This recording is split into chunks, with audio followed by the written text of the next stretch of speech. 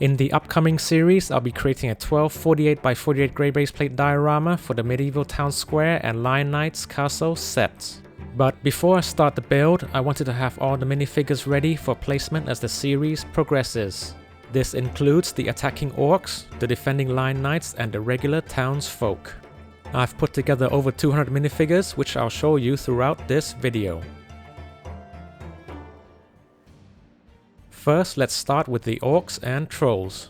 The idea is that the orcs have formed a warband consisting of different tribes and clans coming together under this warlord. I used the Orc CMF tattooed cloak as a banner for this warband, since I don't imagine orcs to be artistic enough to create intricate banner designs. His advisor is this cloaked Yasneg figure, which looks like an old and experienced orc. This is the leader of the Berserker clan.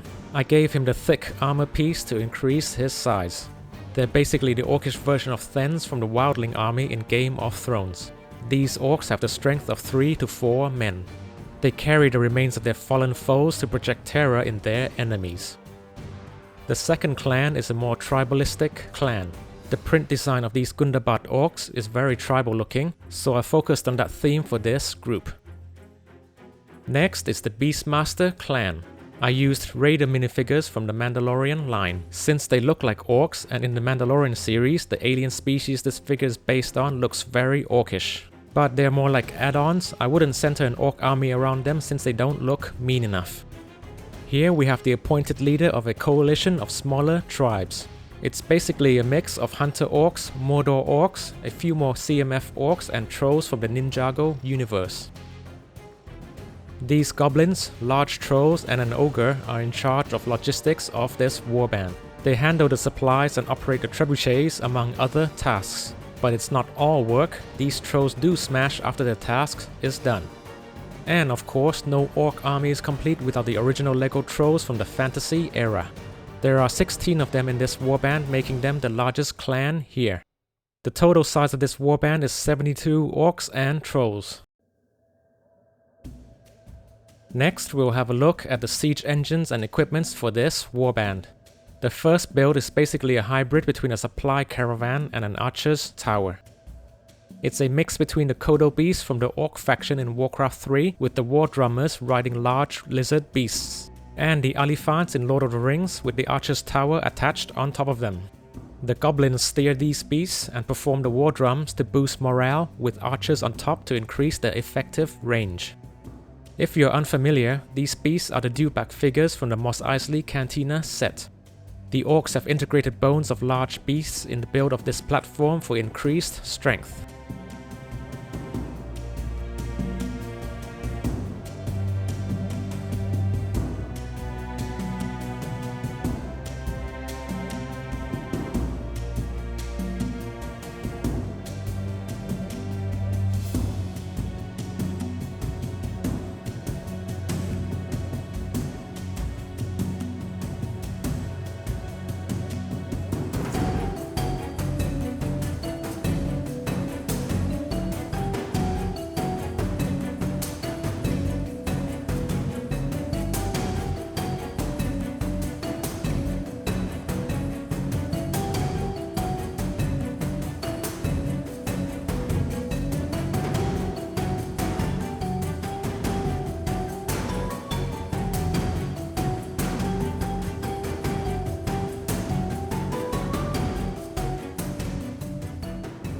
For the siege tower, I wanted to incorporate the look of the siege towers the orcs used in Lord of the Rings Return of the King at the Battle of the Pelennor Fields.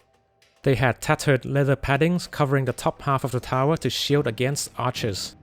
I used the Hungarian horntail wing pieces for this, but since I had one horntail plus one extra wing piece, I had to use the cloth sails from the Eldorado Fortress set for the left side of the second tower. The entry ramp of this tower doubles as a protective shield for the large trolls pushing this tower. There are halberds attached to the top of the tower to force the top ramp to swing down and attach to the walls upon impact, from the momentum of the trolls pushing the tower.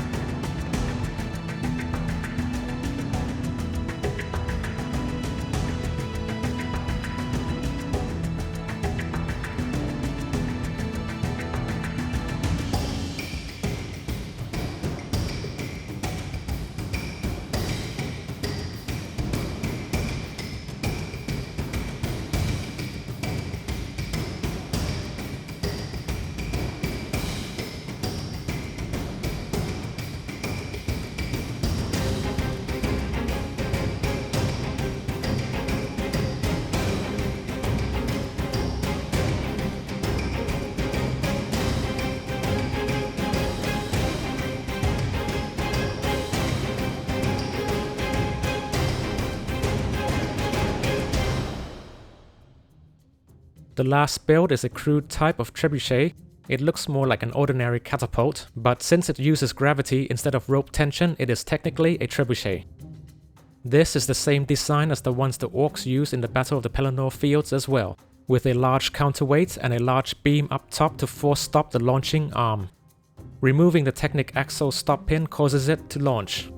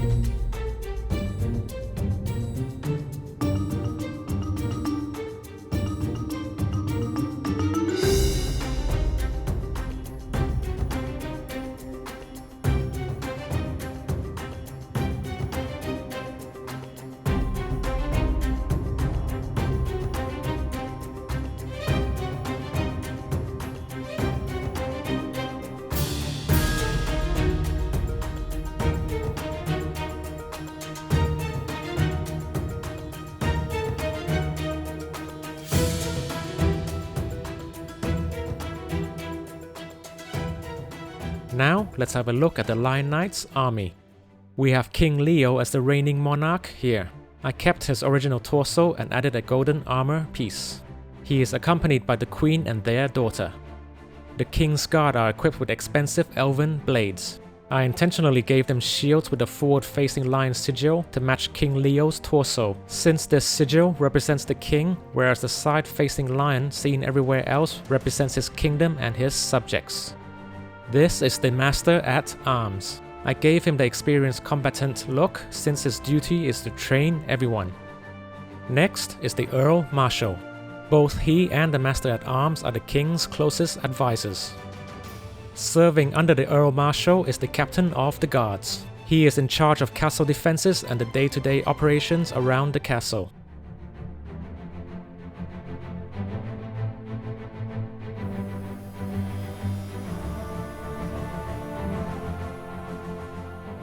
Here we have the bannermen distinguished by the extra shiny nasal helmets.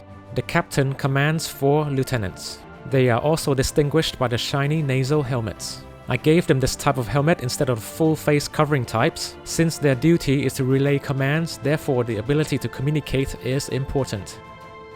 Next in the chain of command are the Sergeant at Arms. There are 8 of them, 4 equipped with halberds and 4 with swords and shields. Under the sergeants are the regular foot soldiers and spearmen. There are a total of 18 foot soldiers and spearmen.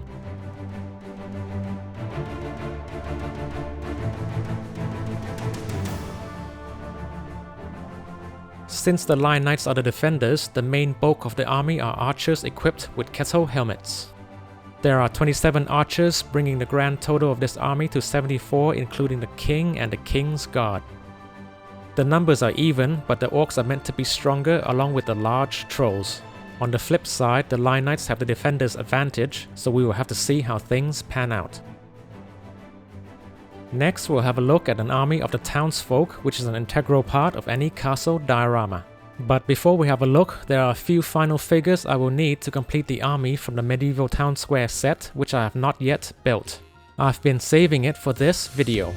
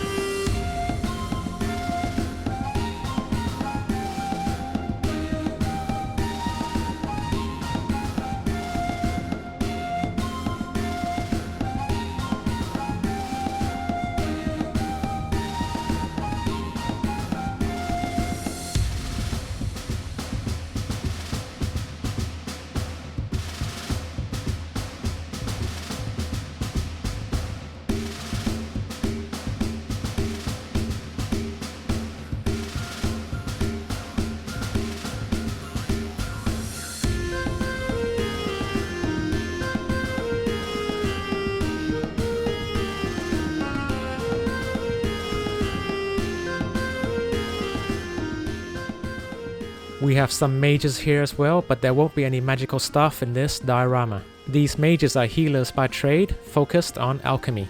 We also have some traders from the east, directly behind the mages. At the front left are the upper class townsfolk, and behind are an assortment of merchants and peasants. There are over 70 minifigures here, and I've made sure that no two figures are the same.